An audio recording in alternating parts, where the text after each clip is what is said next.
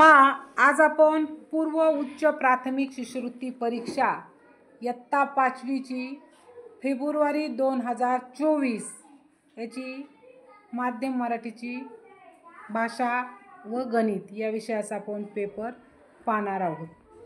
तर पहिलं जे पेज दिलेलं आहे तुम्हाला हा डी संच असतो। तर तुम्हाला ए बी सी डी म्हणजे असे संच दिलेले असतात वेगवेगळे। तुमच्या पाठीमागचा विद्यार्थी तुम्हाला वाटत नाही हा माझ्या पाठीमागे आलाय आणि त्याचं पाहून लिहायला जाल तर तुमचा पेपर चुकल, म्हणून प्रत्येकाला संच काय असतो वेगवेगळा दिलेला असतो। त्यामुळे तिथे एकमेकाचं पाहायचं प्रश्नच येत नाही। कारण याचा जरी पहिला प्रश्न आपण जसं मंथन परीक्षा दिली आता गेल्या रविवारी, तर मंथन परीक्षेला सर्वांना एकच प्रश्नपत्रिका होती, बरोबर। तर आता तुम्हाला स्कॉलरशिपला जसं तुम्हाला नवोदयची परीक्षा दिली तुम्ही त्याच्यामध्ये संच वेगवेगळे होते, तर तसं स्कॉलरशिपमध्ये देखील प्रत्येकाचे संच काय राहणार आहेत वेगवेगळे राहणार आहेत। तर त्यामध्ये तुम्हाला आता जी मी प्रश्नपत्रिका सोडून घेत आहे तर ही प्रश्नपत्रिकेचा संच आहे डी। आता त्याच्यामध्ये आपण विभाग 1 मध्ये आपण सोडून घेत आहोत। एकूण 150 गुणांची ही परीक्षा आहे। याच्यामध्ये आता आपण मंथनचा पण पेपर दिलाय, त्याच्यामध्ये देखील 25 आणि वरचे 50 प्रश्न गणिताचे आहेत। त्याच पद्धतीने स्कॉलरशिपला देखील आपल्याला त्याच पद्धतीचं स्वरूप दिलेलं आहे। तर त्या ठिकाणी विभाग 1 मध्ये आपल्याला मराठी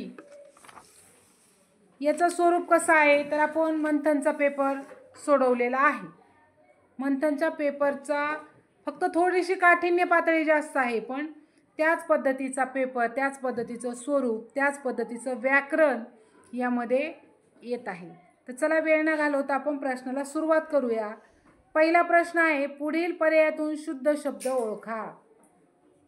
आता यासाठी तुम्ही आणि मराठीमध्ये एक लक्षात ठेवायचे, कारण आपण मंथनची परीक्षा दिली तर आपल्याला काहींना गणिताचा पेपर सोपा गेला पण मराठीचा थोडासा अवघड गेला। का रे? तर तुमचं त्या ठिकाणी पाठांतर कमी पडलं, म्हणून या ठिकाणी मराठीचा पेपर म्हणलं तर थोडंसं पाठांतराकडं जोड शब्द, अलंकारिक शब्द, समूहदर्शक शब्द, उद्देश विधेयक असे जे पाठांतराचे जे विषय आहे, शब्दसमूहाबद्दल शब्द, तर या शब्दांचा तुम्ही काय करायचं जास्तीत जास्त सराव करायचा आहे। मनी, त्यानंतर तुम्हाला विरुद्धार्थी शब्द, समानार्थी शब्द, नंतर एखादं पुस्तक दिलं जातं ते लेखक, अशा पद्धतीचा अभ्यास, वाक्यप्रचार हा थोडासा तुम्ही वाढवायचा आहे। कारण आता 4 दिवसावर तुमची परीक्षा आलेली आहे। आता यावर्षी आपली 9 फेब्रुवारी 2025ला रविवारी आपली काय आहे त्याची स्कॉलरशिपची परीक्षा आहे। तर या ठिकाणी आता पहिला प्रश्न विचारलाय, पुढील पर्यायातून शुद्ध शब्द ओळखा। तर शुद्ध शब्द तुम्ही या ठिकाणी जेवढं यामध्ये तुमच्या हाताखालून जेवढे शब्द जातील तेवढं तुम्हाला उकार, काना, मात्रा याचं ज्ञान माणसाच्या बुद्धीमध्ये पडत असतं आणि हा जो प्रश्न आहे शुद्ध शब्दांचा तो चुकत नाही। तर यामध्ये क्रीडा याला आपण लिहिताना काय करतो, याला पहिली वेलांटी देतो, त्याच्यानंतर नैतिक त्याला पहिली वेलांटी असती, या ठिकाणी दुसरी दिली, आणि चौथं राष्ट्रकुल याला उकार पहिला असतो, इथं दुसरा दिलाय। मग कोणता शब्द बरोबर आहे तर औद्योगिक। त्यानंतर दुसरा प्रश्न दिलाय की खालील वाक्याचा अर्थ पूर्ण करण्यासाठी योग्य वाक्यप्रचार पर्यायातून निवडा। ताटातील सुग्रास जेवण पाहून प्राचीच्या काय सुटतं रे ताटातलं जेवण पाहून तोंडाला पाणी सुटते, म्हणून पर्याय क्रमांक 3 हे उत्तर आहे। त्यानंतर प्रश्न तिसरा दिलेला आहे, तुम्हाला एक म्हण दिली आणि त्या म्हणीचं काय विचारले, अक्षरापासून तयार होणाऱ्या अर्थपूर्ण म्हणीतील चौथ्या अक्षराचा पर्याय निवडा। आता म्हण कोणती आहे तर बावळी मृदा देवळी मृदा, म्हणजे या ठिकाणी तुम्हाला म्हण ओळखता आली पाहिजे तर ते पुढचा प्रश्न राहिला। तर चौथा अक्षर कोणता आहे, बावळी मृदा, म्हणजे काय येईल पर्याय क्रमांक 4। त्यानंतर चौथा प्रश्न आहे, सिस्टीम या शब्दाला पर्यायी मराठी शब्द कोणता। सिस्टीम हा इंग्रजी शब्द आहे, मग त्याला पर्यायी मराठी शब्द कोणता। तर पहा सिस्टीम आपण नाही म्हणत का, म्हणजे जोडणी नाही तर प्रणाली. काय आहे? प्रणाली. पर्याय क्रमांक 2 हा सिस्टीम या शब्दाला पर्यायी शब्द आहे. त्यानंतर प्रश्न क्रमांक 5 आणि 7 साठी सूचना दिलेली आहे. सुसंगत परिच्छेद. आता सुसंगत परिच्छेदामध्ये मी तुम्हाला सांगितलं होतं की तीनही काय करायचे, प्रश्न व्यवस्थित वाचायचे आणि शक्यतो तिसरा प्रश्न अगोदर सोडवायचा प्रयत्न करायचा त्यातला. म्हणजे पहा तिसरा प्रश्न 7वा काय दिलाय, निमित्त होते 21 जून रोजी साजरा होणाऱ्या जागतिक. मग 21 जूनला काय असतं रे, योग दिन असतो, है की नाही. म्हणजे या दिवशी आपण सर्वत्र पहा सकाळी शाळेला लवकर येतो आणि योगा करतो, बरोबर. म्हणजेच काय येईल त्या ठिकाणी, योग दिन. आणि 6वा प्रश्न काय दिलाय, ते सर्वांनी टिंब काय करायचंय मग योग दिनाच्या दिवशी, योग साधना. पर्याय क्रमांक 2. आणि 5वं काय दिलंय, सर्व विद्यार्थी टिंब जमले होते. म्हणजेच कुठं जमले होते, नाट्यगृहात नाटक पाहायला जमतात, है की नाही. किल्ल्यावर आपण फिरायला जातो, सर्कशीतल्या तंबूत सर्कस पाहायला जातो. मग राहिलं काय, सभागृहात. मग पर्याय क्रमांक 3. असा थोडासा त्याच्यामध्ये सुसंगत परिच्छेद असतो, तर त्याचा सुसंगतपणा एकमेकाशी साधून त्या प्रश्नांची योग्य उत्तर आपल्याला लिहायची आहेत. लक्षात आलं सगळ्यांच्या. म्हणजे 3 प्रश्न चुकताच कामा नये, व्यवस्थित वाचायचे. पुढे दिलेल्या 60वा प्रश्न आहे, शब्दसमूहाबद्दल एक अचूक शब्द पर्यायातून निवडा. तर मोजक्या शब्दात सांगितलेले तत्व. पहा मोजक्या म्हणजे कमी शब्दात. मग आपण काय करतो, आपण पहा गणितामध्ये काय करतो रे, आपल्याला आता तुम्हाला समजा एखादं सरळ व्याजाचं उदाहरण सोडवायचंय तर ते वाचतात तुम्ही, पण ते कशाद्वारे सोडवतात, त्याला काय वापरतात, एक सूत्र वापरतात का नाही.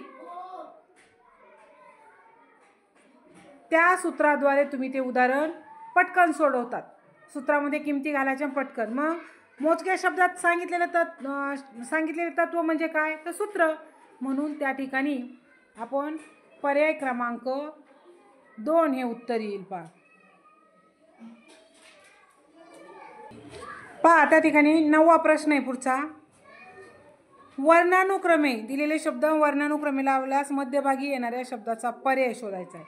आता वर्णानुक्रमे म्हणजे काय रे, तर अ आ इ. आपण जसं मी सांगितलं होतं तुम्हाला टेक दिली होती पहा, कचा त्यात पाय. काहींचं काय होतं, एखादी ओळ राहून जाती गडबडीत, म्हणून क चा ट्यात पाय. म्हणजे क ख ग ग लगेच म्हणतात पटकन, च छ ज ज, आहे की नाही, ट ठ ड ड. अशा पद्धतीने ते वर्णानुक्रम लावायचं आहे. मग 1 नंबरला काय येईल, गजरा. 2 नंबरला गरज. 3 नंबरला काय येईल, चरण च. नंतर 4 नंबरला येईल च नंतर ज, जरब. नंतर 5 नंबरला येईल नजर. 6 नंबरला येईल नगर. आणि 7 नंबरला येईल वजन. मग मध्यभागी कोणता शब्द येईल, तर जरब. पर्याय क्रमांक त्या ठिकाणी 3.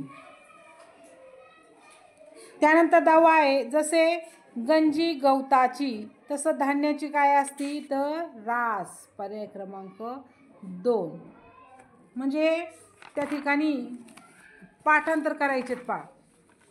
त्यानंतर खालीलपैकी अतिप्रभू म्हणून कोणास संबोधले जाते. आता पहा तुमचं मराठीच्या गाईडमध्ये सगळ्यात शेवटचे 2 पानं आहेत पहा, सामान्य ज्ञान. तर त्यावर एक प्रश्न येतो म्हणजे येतोच. कधी 2 बी असतात पण एक प्रश्न निश्चित ठरलेला असतो. म्हणून त्या ठिकाणी पर्याय क्रमांक 2 चिंतामण त्र्यंबक खानोलकर. पर्याय क्रमांक 2. त्यानंतर पुढे प्रश्न विचारला आहे 12वा, खालील वाक्यातील अधोरेखित शब्दाचा विरुद्धार्थी शब्द पर्यायातून निवडा. राधाची बाहुली बोलकी आहे. आता बोलकी या खाली काय केलंय, अधोरेखित केलेलं आहे. मग बोलकी म्हणजे काय रे, तर बहिरा, शांत, बडबडी, अबोल. मग काही मुलं काय करतात, लगेच बोलकी म्हणजे बडबडी, त्याच्या विरुद्ध लगेच शांत लिहितात. म्हणजेच काय येईल त्याचं या ठिकाणी, अबोल. काय येईल, अबोल. म्हणजेच पर्याय क्रमांक 4. 13वा आहे पहा, पुढील प्राणी आणि त्यांचा निवारा यांची चुकीची जोडी दिलेली. मग पहिले कोळी घरटे, सिंह गुहा, साप बीळ, घोडा तबेला. पा कोळी कुठं राहतो तर त्या ठिकाणी, म्हणजे या ठिकाणी कोळी घरटे दिले. तर घरटं कशाचं असतं? पक्ष्यांचं. कोळ्याचं काय असतं रे त्या ठिकाणी? जाळं. काय असतं? जाळं. म्हणून चुकीचा पर्याय आहे 1 नंबरचा. त्यानंतर 14वा प्रश्न आहे. पहा कोणत्या पर्यायातील अक्षरे घेतल्यास सर्व उभे अर्थपूर्ण शब्द तयार होतील. तर पहा पहिलं लावलं वादन, सदन, रुदन आणि पादन. म्हणजे काही काही असे कॉमेडी शब्द असतात पहा. त्याच्यामुळं त्या ठिकाणी पुढचं पाहायचं. पहा स्पंदन, वादन, रुदन आणि काय दिलंय? सदन. म्हणजे या ठिकाणी काय केलंय? प ऐवजी स्प घेतलंय, आहे की नाही? मग हे अर्थपूर्ण येतात त्याचे, म्हणून पर्याय क्रमांक त्या ठिकाणी 2. त्यानंतर पुढे पहा 15वा प्रश्न दिला आहे. पुढीलपैकी कोणत्या पर्यायातील शब्द दिलेल्या सर्व अर्थांनी वापरला जात नाही. तो कोणता शब्द आहे? तर पहा शेवटचा आहे वास, गंध आणि अवसर. पर्याय क्रमांक त्या ठिकाणी 4. त्यानंतर पुढे उतारा दिलाय 16 आणि 18 प्रश्नासाठी आणि त्यावर प्रश्न विचारलेत. आता उतारा तुम्ही वाचला आहे सगळ्यांनी. 16 प्रश्न आहे. एखाद्याचे जीवन केव्हा निर्मळ होऊ शकेल. तर पहा या ठिकाणी दिलेला आहे की त्याचे चित्त शुद्ध असेल तर त्याचे जीवन निर्मळ होऊ शकेल. पहा या ठिकाणी दिले पहा 4थ्या ओळीला. त्याचे जीवन निर्मळ होऊ शकत नाही कारण त्याचे चित्त शुद्ध नाही. म्हणजे कोणाचे चित्त शुद्ध निर्मळ होऊ शकते तर ज्याचे चित्त शुद्ध आहे ते त्याचे. म्हणजेच या ठिकाणी काही पर्याय क्रमांक 4. त्यानंतर पुढे पटवून देणे या अर्थाचा कोणता वाक्प्रचार उतार्यात आला आहे. पहा 5 नंबरची चोळ. पटवून देणे. काय? गळी उतरत नाहीत. पहा तरी त्याला पटत नाही, म्हणजे गळी उतरत नाही, म्हणजे गळी उतरवणे. पर्याय क्रमांक त्या ठिकाणी 2. त्यानंतर पुढे पहा खालीलपैकी कोणते उदाहरण उतार्यात आले नाही. तर कोणकोणते पहा 1 नंबर चाले, 2 चाले, 3 नंबर चालं नाही. कोणतं? साबण शरीर स्वच्छ करतो तर पाण्याने मन स्वच्छ होते. पर्याय क्रमांक 3 हे आलेलं नाही. पहा आपण उतारा व्यवस्थित वाचलेला आहे. पुढे 19 आणि 21 साठी काय केले त्यांनी? एक जाहिरात दिली आणि त्या जाहिरातीवर काय केले? प्रश्न विचारले. त्याच्यावर काय विचारले बघा. पहिला 19वा. सुंदर हस्ताक्षर वर्गाचे पुढीलपैकी कोणते वैशिष्ट्य नाही. तर कोणते वैशिष्ट्य आहे पहा त्याच्यात दिले तर आमची वैशिष्ट्य.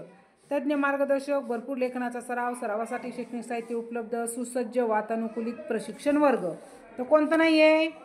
तर पहा परवडणारी फी म्हणजे दिले माफक फी. त्यानंतर भरपूर लेखन सराव, सुसज्ज वातानुकूलित प्रशिक्षण वर्ग आणि 2 नंबरचा जो आहे दिवसभर मार्गदर्शन. तर दिवसभर नाही मार्गदर्शन तर कधी आहे? सकाळी 7 ते 10 वेळ आहे. म्हणून पर्याय क्रमांक 2 या ठिकाणी काय आहे? त्याचं उत्तर आहे. पुढे पहा सुंदर हस्ताक्षरातील सर्वाधिक सुधारणा कोणत्या वयोगटात होईल. तर कोणत्या वयोगटात होईल? तर या ठिकाणी पहा 5 ते 13 वयोगट दिलाय. मग 5 ते 13 कुठं असतो रे? 13 पहा आता तुम्ही आपली 7वी पर्यंत शाळा आहे बरोबर का नाही? मग किती वर्षाची मुलं असतात तिथं? 14 बरोबर की नाही? 7वीला 13 ते 14 म्हणजे कितवी पर्यंत येतील? शिशु वर्ग ते 7वी. म्हणजेच पर्याय क्रमांक 4. पुढे सुंदर हस्ताक्षर मार्गदर्शन वर्ग कोणी आयोजित केला होता? तर तज्ज्ञ मार्गदर्शन केलं का? नाही. तर इथं पहा काय दिले? भाषाप्रेमी मंडळ आयोजित. सुवर्णसंधी भाषाप्रेमी मंडळ आयोजित म्हणजे पर्याय क्रमांक 3. तुमच्या समोर दिला असतं पहा. जाहिरातीचे प्रश्न तर जाऊनच द्यायचे नाही कारण तुमच्या समोर त्या ठिकाणी काय केलं असतं? दिलेले असतं. त्यामुळं थोडं बारकाईने निरीक्षण करायचंय आणि त्या ठिकाणी त्याचं उत्तर लिहायचं आहे.